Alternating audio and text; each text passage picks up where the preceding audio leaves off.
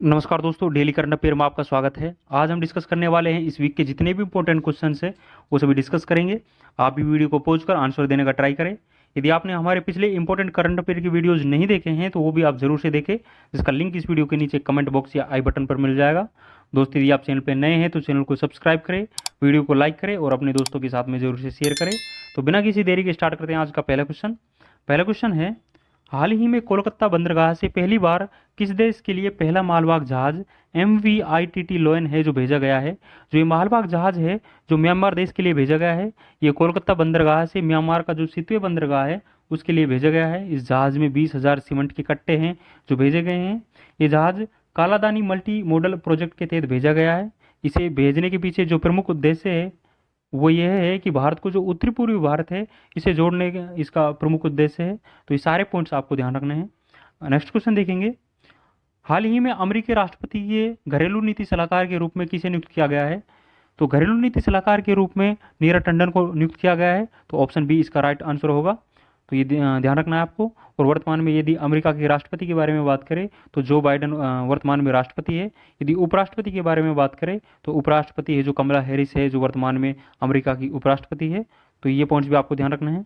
Next question देखेंगे, हाल ही में नीरज चोपड़ा ने दोहा डायमंड लीग में कौन सा पदक जीता है। तो हाल ही में जो दोहा डायमंड लीग है, जो चैंपियनशिप आयोजित हुई है, इसमें नीरज चोपड़ा के द्वारा स्वर्ण पदक जीता गया है। तो ऑप्शन सी इसका राइट आंसर होगा। तो सेकंड टाइम दोहा डायमंड लीग में नीरज चोपड़ा के द्वारा ये गोल्ड मेडल जीता गया है। तो ये भी ध्यान रखना है आपको। ये नीरज चोपड़ा के द्वारा इस लीग में 88.67 मीटर दूर है जो भाला फेंका गया है। तो ये पॉइंट्स भी आपको ध्यान रखना है। और यदि फाइनल में बात करें तो इसके द्वारा जेकब है, जो जैक गणराज्य, उनको हराया गया है, जिनके द्वारा इस प्रतियोगिता में रजत पदक है जो जीता गया है।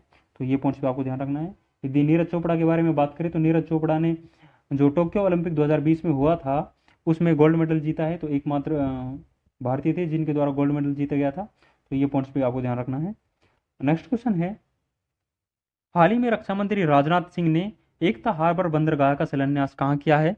जो एकता हार्बर बंदरगाह है उसका शिलान्यास है जो हमारे रक्षा मंत्री राजनाथ सिंह के द्वारा मालदीव देश में किया गया है। तो ऑप्शन सी इसका राइट आंसर होगा।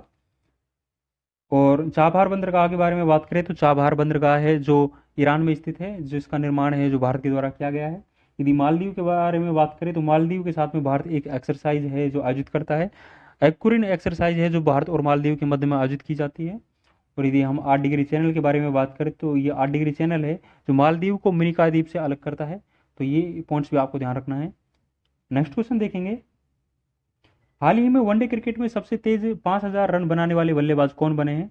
तो वनडे क्रिकेट में सबसे तेज जो 5,000 रन बनाने वाले बल्लेबाज है वो बाबर आजम बने हैं। तो राइट आंसर इसका ऑप्शन बी इसका राइट आंसर होगा। तो ये राइट आंसर ऑप्शन बी होगा, बाबर आजम, जो कि पाकिस्तान की ओर से खेलते हैं। इनके द्वारा हाशिम अमला का रिकॉर्ड है जो तोड़ा गया है। बाबर आजम के द्वारा ये रिकॉर्ड है जो 97 पारियों में 5,000 रन है जो बनाए गए हैं। तो ये सारे पॉइंट्स आपको ध्यान रखने हैं। और हाल ही में यदि बात करें तो बाबर आजम को ICC ODI player of the year के रूप में चुना गया है, जबकि ICC test player of the year के रूप में बेन स्टोक्स को चुना गया है, जबकि ICC T20 player of the years के रूप में हाल ही में सूर्य कुमार यादव को चुना गया है। तो ये सारे पॉइंट्स आपको ध्यान रखने हैं। नेक्स्ट क्वेश्चन है, पहला केरल शील्ड पुरस्कार 2023 किसे प्रदान किया गया है। तो ये जो केरल शील्ड पुरस्कार है हाल ही में किसे प्रदान किया गया है। तो इसका आंसर होगा फातिमा असगर को ये हाल ही में प्रदान किया गया है। तो ऑप्शन बी इसका राइट आंसर होगा। फातिमा असगर का जो उपन्यास था वेन वी वर सिस्टर्स के लिए ये पुरस्कार है जो प्रदान किया गया है। पुरस्कार राशि के बारे में बात करें तो 15,000 अमेरिकी डॉलर है जो पुरस्कार राशि के रूप में इसमें प्रदान किए जाते हैं। तो ये सारे पॉइंट्स आपको ध्यान रखने हैं। नेक्स्ट क्वेश्चन है, भारतीय सेना द्वारा हाल ही में बुलंद भारत अभ्यास का आयोजन कहाँ किया गया है। तो भारतीय सेना के द्वारा ये जो बुलंद भारत अभ्यास है इसका आयोजन है अरुणाचल प्रदेश में किया गया है। तो राइट आंसर इसका ऑप्शन ए होगा। अरुणाचल प्रदेश में बुलंद भारत अभ्यास का आयोजन किया गया है। जो अरुणाचल प्रदेश का हाई मंडला क्षेत्र है, मंडला हाई एल्टीट्यूड क्षेत्र है, इसमें इसका आयोजन है जो किया गया है। तो ये पॉइंट्स आपको ध्यान रखने हैं। नेक्स्ट क्वेश्चन है, विश्व रेड क्रॉस दिवस 2023 में कब मनाया गया। तो 2023 में जो विश्व रेड क्रॉस दिवस है जो प्रत्येक वर्ष 8 मई को मनाया जाता है। तो ये ध्यान रखना है आपको। तो ये यदि बात करें तो रेड क्रॉस सोसाइटी की स्थापना है जो 1863 में रेड क्रॉस सोसाइटी की स्थापना होती है। और शांति का पहला नोबेल पुरस्कार के बारे में बात करें तो विश्व रेड क्रॉस को ही शांति का नोबेल पुरस्कार जो दिया गया था। रेड क्रॉस सोसाइटी की संस्थापक के बारे में बात करें तो हेनरी ड्यूनंट है जो इसके संस्थापक है। तो सारे रेड क्रॉस के बारे में आपको ध्यान रखना है, सारे पॉइंट्स है। जो मई माह के इंपॉर्टेंट दिवस है उनके बारे में बात करें तो 1 मई को हम मजदूर दिवस के रूप में सेलिब्रेट करते हैं, जबकि हम 3 मई को विश्व प्रेस दिवस के रूप में सेलिब्रेट करते हैं। 8 मई के बारे में बात करें तो 8 मई को हमने विश्व रेड क्रॉस दिवस इसके बारे में बात की। 9 मई के बारे में बात करें तो विश्व प्रवासी दिवस है जो 9 मई के रूप में हम सेलिब्रेट करते हैं। 11 मई को हम राष्ट्रीय प्रौद्योगिकी दिवस के रूप में सेलिब्रेट करते हैं और 12 मई को हम अंतर्राष्ट्रीय नर्स दिवस के रूप में सेलिब्रेट करते हैं। 21 मई के बारे में बात करें तो आतंकवाद विरोधी दिवस के रूप में हम सेलिब्रेट करते हैं। 22 मई को हम विश्व जैव विविधता दिवस के रूप में सेलिब्रेट करते हैं और 31 मई के बारे में बात करें तो विश्व तंबाकू निषेध दिवस के रूप में हम सेलिब्रेट करते हैं। तो ये मई माह के जितने भी इंपॉर्टेंट क्वेश्चन है, दिवस है, ये सारे आपको ध्यान रखना है। नेक्स्ट क्वेश्चन है, हाल ही में किसने विशेष नामक एक खुदरा बैंकिंग पहल है जो प्रारंभ की गई है। जो विशेष नामक खुदरा बैंकिंग पहल है ये HDFC बैंक के द्वारा प्रारंभ की गई है। तो ऑप्शन सी इसका राइट आंसर होगा। इससे पहले का जो प्रमुख उद्देश्य है वो अर्ध शहरी व ग्रामीण क्षेत्रों में बैंकिंग ग्राहकों की संख्या बढ़ाना इस पहल का प्रमुख उद्देश्य है। तो ये सारे पॉइंट्स आपको ध्यान रखने हैं। नेक्स्ट क्वेश्चन है, मैड्रिड ओपन 2023 पुरुष एकल वर्ग में विजेता कौन है। जो पुरुष एकल वर्ग का खिताब है वो किसके द्वारा जीता गया है। तो कार्लोस अल्कराज के द्वारा ये खिताब है जो जीता गया है। तो ऑप्शन बी इसका राइट आंसर होगा। यदि महिला वर्ग के बारे में बात करें तो महिला वर्ग का जो खिताब है वो आर्यन सवालेंका के द्वारा जीता गया है जो कि बेलारूस की है, जबकि जो कार्लोस अल्कराज है वो स्पेन देश के हैं। तो ये पॉइंट्स आपको ध्यान रखना है। नेक्स्ट क्वेश्चन देखेंगे। हाँ, यदि आपने दोस्तों हमारे पिछला जो संडे का वीकली रिवीजन था वो नहीं देखा है तो वो भी आप जरूर से देखें, जिसका लिंक इस वीडियो के नीचे कमेंट बॉक्स में मिल जाएगा। और ये आप हमारे डेली करंट अफेयर के वीडियोज नहीं देख रहे हैं तो वो भी आप जरूर से देखें, जो कि आपकी प्रतियोगी परीक्षाओं के लिए काफ़ी इंपॉर्टेंट है। और सभी इन वीडियोज़ का जो PDF है वो हमारे टेलीग्राम चैनल जीने स्टॉक पर मिल जाएगा, जिसका लिंक भी इस वीडियो के नीचे डिस्क्रिप्शन में डला हुआ है, या आप टेलीग्राम पर जाकर डायरेक्ट जीने स्टॉक भी सर्च कर सकते हो। और यदि आपको वीडियो पसंद आ रही है तो आप लाइक करें वीडियो को और अपने दोस्तों के साथ में जरूर से शेयर करें। और नेक्स्ट क्वेश्चन देखेंगे, हाल ही में 42वां आसियान शिखर सम्मेलन कहाँ प्रारंभ हुआ है। जो 42वां आसियान शिखर सम्मेलन है वो इंडोनेशिया में प्रारंभ हुआ है। इंडोनेशिया में ये शिखर सम्मेलन है जो प्रारंभ हुआ है इस वर्ष। यदि इसकी थीम के बारे में बात करें तो ASEAN affairs epicentre of growth इस वर्ष इसकी थीम रहने वाली है। यदि 2022 के बारे में बात करें तो 2022 में आसियान का जो 41वां शिखर सम्मेलन था वो नोम पे कंबोडिया में आयोजित किया गया था। तो ये आसियान के बारे में आपको ध्यान रखना है। यदि आसियान के बारे में कुछ और फैक्ट्स के बारे में बात करें तो आसियान की जो स्थापना है जो 1967 में आसियान की स्थापना होती है। आसियान का हेडक्वार्टर है जो जकार्ता में स्थित है। ये आसियान में ये वर्तमान में यदि सदस्य देश के बारे में बात करें तो 11 इसमें सदस्य देश है। यदि 11 सदस्य देश के बारे में बात करें तो तिमोर लिस्ते है जो 11 सदस्य देश है। तो ये आसियान के बारे में आपको ध्यान रखना है। नेक्स्ट क्वेश्चन है, वर्ष 2023 के पुलित्जर पुरस्कार की अंतर्राष्ट्रीय रिपोर्टिंग श्रेणी का विजेता कौन है। हाल ही में जो पुलित्जर पुरस्कार दिए गए हैं उसमें अंतर्राष्ट्रीय रिपोर्टिंग श्रेणी का विजेता कौन है। तो जो अंतर्राष्ट्रीय रिपोर्टिंग श्रेणी है उसका विजेता है जो न्यूयॉर्क टाइम्स है जो इसका विजेता है। तो ऑप्शन ए इसका राइट आंसर होगा।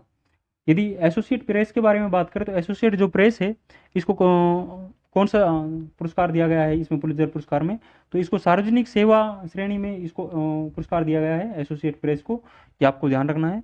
यदि पुलित्जर पुरस्कार के बारे में बात करें तो पुलित्जर पुरस्कार की शुरुआत है जो 1917 में इसकी शुरुआत होती है और ये पत्रकारिता का सर्वोच्च सम्मान के रूप में इसको पुलित्जर पुरस्कार को जाना जाता है। तो ये पॉइंट्स भी आपको पुलित्जर के बारे में ध्यान रखना है। नेक्स्ट क्वेश्चन है, हाल ही में स्टार्ट कार्यक्रम किसके द्वारा प्रारंभ किया गया है। जो स्टार्ट कार्यक्रम है वो इसरो के द्वारा प्रारंभ किया गया है। तो ऑप्शन बी इसका राइट आंसर होगा। इसरो के द्वारा प्रारंभ किया गया है। यदि स्टार्ट की फुल फॉर्म के बारे में बात करें तो space science and technology awareness training programme इसकी फुल फॉर्म है। और इसरो के बारे में बात करें तो इसरो की स्थापना है जो 15 अगस्त 1969 को इसरो की स्थापना होती है। इसरो का जो वर्तमान हेड है वो S सोमनाथ जी है, इसरो का वर्तमान हेड है। तो ये सारे पॉइंट्स आपको ध्यान रखना है। नेक्स्ट क्वेश्चन है, हाल ही में केरल का तिरुवन्ना वेलाटोम महोत्सव है वो कहाँ मनाया गया है। जो ये केरल का तिरुवन्ना वेलाटोम महोत्सव है वो संयुक्त अरब अमीरात में इसको सेलिब्रेट किया गया है। ये मलयालम लोगों का त्यौहार है और भगवान मुथुप्पन की इस त्यौहार में पूजा की जाती है। तो ये पॉइंट्स आपको ध्यान रखना है। नेक्स्ट क्वेश्चन है, हाल ही में बच्चों के लिए डिजिटल स्वास्थ्य कार्ड लॉन्च करने वाला पहला राज्य कौन सा बना है? तो बच्चों के लिए डिजिटल स्वास्थ्य कार्ड लॉन्च करने वाला पहला देश है जो उत्तर प्रदेश इसका राइट आंसर है। तो ऑप्शन डी इसका राइट आंसर है। उत्तर प्रदेश पहला राज्य है जो कि बच्चों के लिए डिजिटल स्वास्थ्य कार्ड लॉन्च जिनके द्वारा किया गया है। तो ये फैक्ट्स आपको ध्यान रखना है। नेक्स्ट क्वेश्चन है, हाल ही में Laureus sportsman of the year के रूप में किसे चुना गया है? तो हाल ही में जो Laureus sports of the year 2022 का पुरस्कार है वो किसे प्रदान किया गया है? तो इसका राइट आंसर होगा ऑप्शन बी, लियोनेल मेसी को ये पुरस्कार है जो प्रदान किया गया है। लियोनेल मेसी को ये पुरस्कार है जो दूसरी बार प्रदान किया गया है। पहले भी लियोनेल मेसी को ये पुरस्कार प्रदान हो चुका है। यदि महिला वर्ग के बारे में बात करें तो महिलाओं में ये पुरस्कार है जो सील एन फ्रैंक को प्रदान किया गया है जो कि जमैका के देश की है। सर्वाधिक बार यदि लॉरिस स्पोर्ट्समैन के बारे में बात करें तो ये पुरस्कार सर्वाधिक बार है जो रोजर फेडरर को प्राप्त हुआ है। और प्रथम बार के बारे में बात करें तो फर्स्ट टाइम ये जो पुरस्कार है वो जो टाइगर वुड्स है जो गोल्फ खेल से संबंधित है उनको ये पुरस्कार है जो प्रदान किया गया था। तो ये सारे पॉइंट्स आपको ध्यान रखना है। नेक्स्ट क्वेश्चन है, हाल ही में अरब लीग में किसकी सदस्यता को बहाल करने पर सहमति हुई है? जो अरब लीग में हाल ही में सदस्यता है जो बहाल कर दी गई है वो सीरिया देश की सदस्यता है उसको बहाल किया गया है। तो ऑप्शन ए इसका राइट आंसर होगा। और सीरिया के बारे में बात करें तो सीरिया 2011 में जो गृह युद्ध के कारण सीरिया को अरब लीग से निलंबित कर दिया गया था। जो साल 2023 में जो जॉर्डन करार के तहत इसको पुनः इस जो अरब लीग है इसमें शामिल किया गया है। यदि अरब लीग के बारे में बात करें तो अरब लीग है इसमें 22 है जो सदस्य देश है। इसकी स्थापना है जो 1945 में अरब लीग की स्थापना होती है। यदि अरब लीग के हेडक्वार्टर के बारे में बात करें तो हेडक्वार्टर है जो काहिरा मिस्र में अरब लीग का हेडक्वार्टर है। तो ये सारे पॉइंट्स आपको अरब लीग के बारे में ध्यान रखने हैं। नेक्स्ट क्वेश्चन है, हाल ही में हरे कृष्णा हेरिटेज टावर का शिलान्यास है जो कहाँ किया गया है? जो हरे कृष्णा हेरिटेज टावर है इसका शिलान्यास है जो हैदराबाद में किया गया है। तो राइट आंसर इसका ऑप्शन डी होगा। हैदराबाद में इसका शिलान्यास किया गया है। शिलान्यास है जो तेलंगाना का मुख्यमंत्री है चंद्रशेखर राव के द्वारा इस हेरिटेज टावर का शिलान्यास किया गया है। इस हेरिटेज टावर में राधा कृष्ण का मंदिर स्थित है। तो ये सारे पॉइंट्स आपको हेरिटेज कृष्ण टावर के बारे में ध्यान रखना है। नेक्स्ट क्वेश्चन है, एशियाई भारोत्तोलन चैंपियनशिप 2023 का आयोजन कहाँ किया गया है?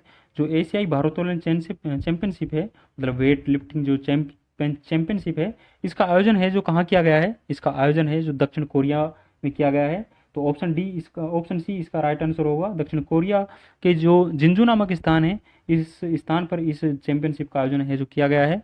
भारत की ओर से इसमें 6 खिलाड़ियों के द्वारा भाग लिया जाता है। 6 खिलाड़ियों के द्वारा इसमें भाग लिया गया है। भारत के द्वारा इसमें कुल 3 पदक जीते गए हैं। तीनों पदक है जो सिल्वर जीते गए हैं। 3 पदक सिल्वर जीते गए हैं जिसमें से 2 पदक है जो कि बिंद्रियानी रानी के द्वारा जीते गए हैं जबकि 1 पदक है जो जेरमी लाल नेरुंगा के द्वारा इसमें जीता गया है। तो इसमें भारत के द्वारा कुल 3 पदक जीते गए हैं। तीनों पदक है जो सिल्वर जीते गए हैं। तो ये पॉइंट्स आपको ध्यान रखना है।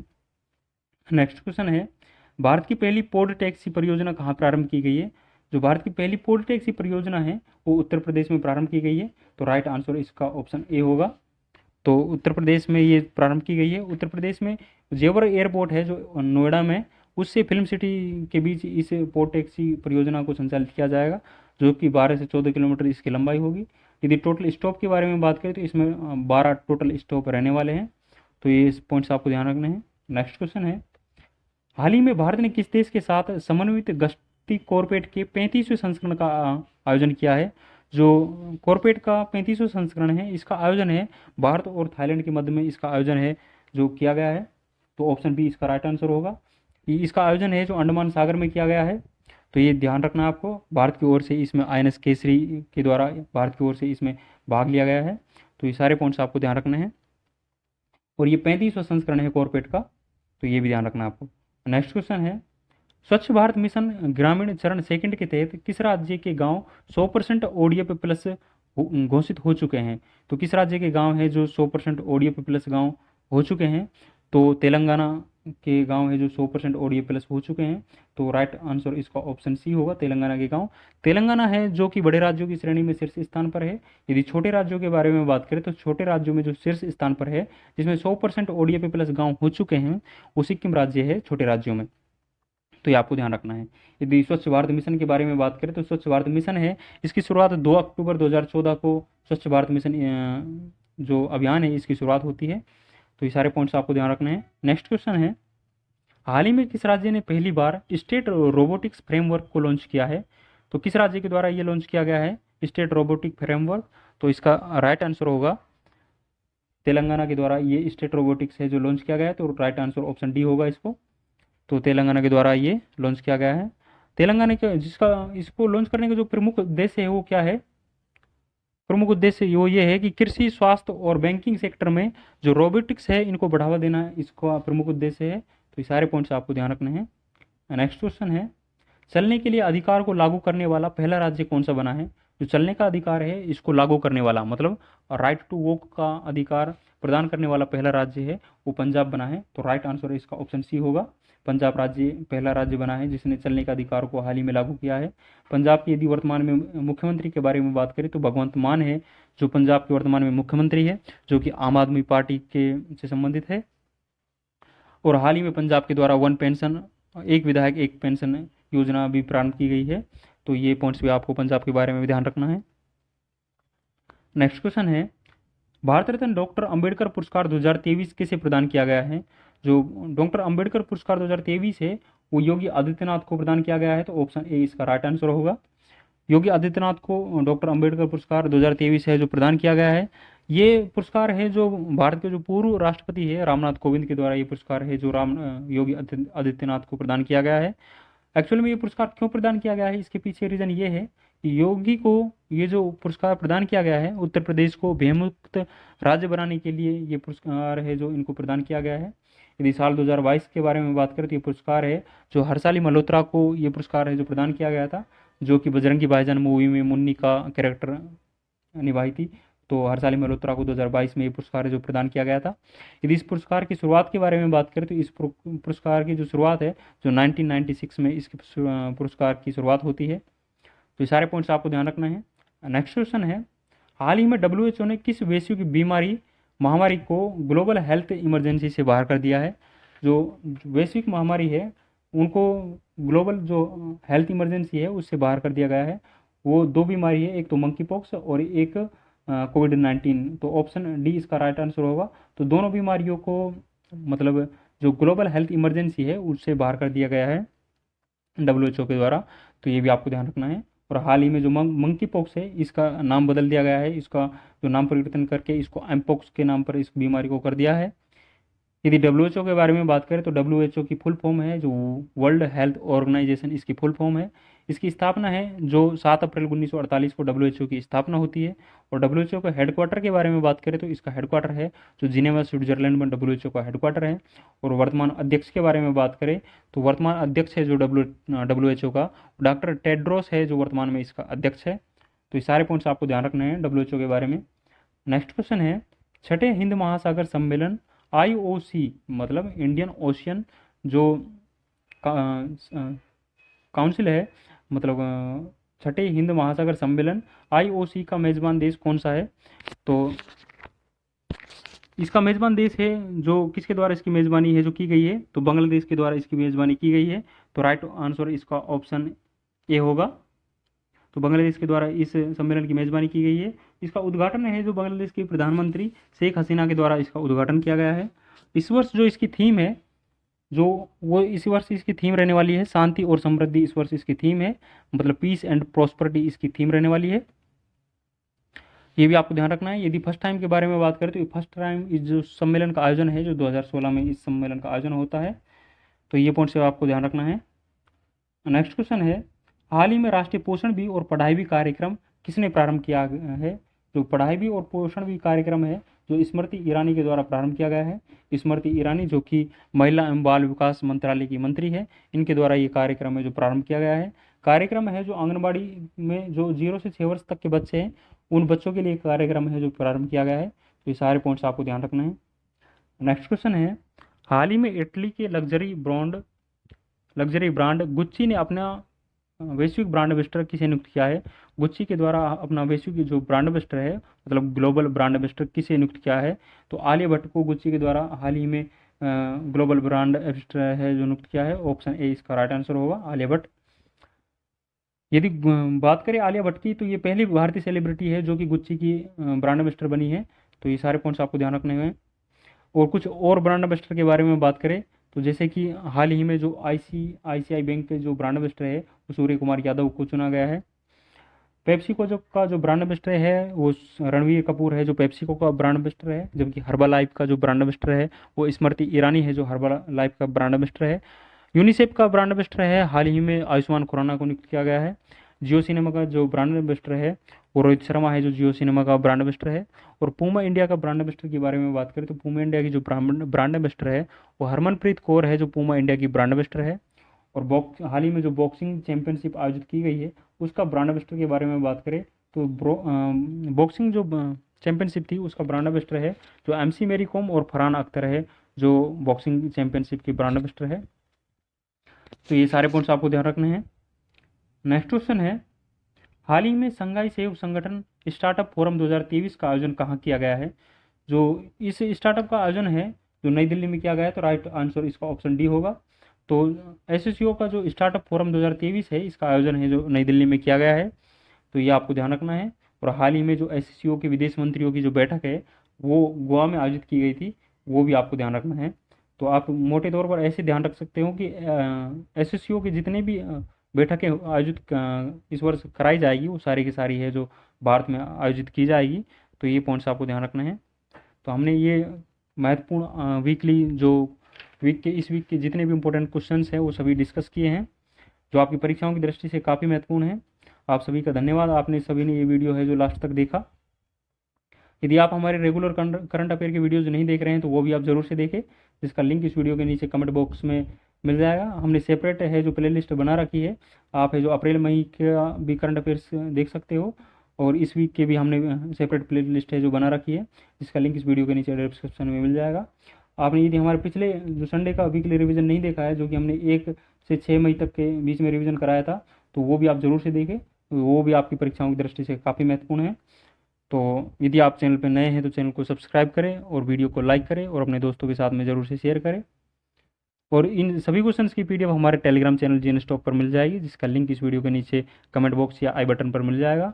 तो कैसी लगी ये वीडियो आपको कमेंट बॉक्स में राय ज़रूर दें, और यदि आपको किसी प्रकार का कोई सुझाव देना है तो वो भी आप ज़रूर दे सकते हो। आप सभी का सुझाव आमंत्रित है। थैंक यू, जय हिंद, धन्यवाद।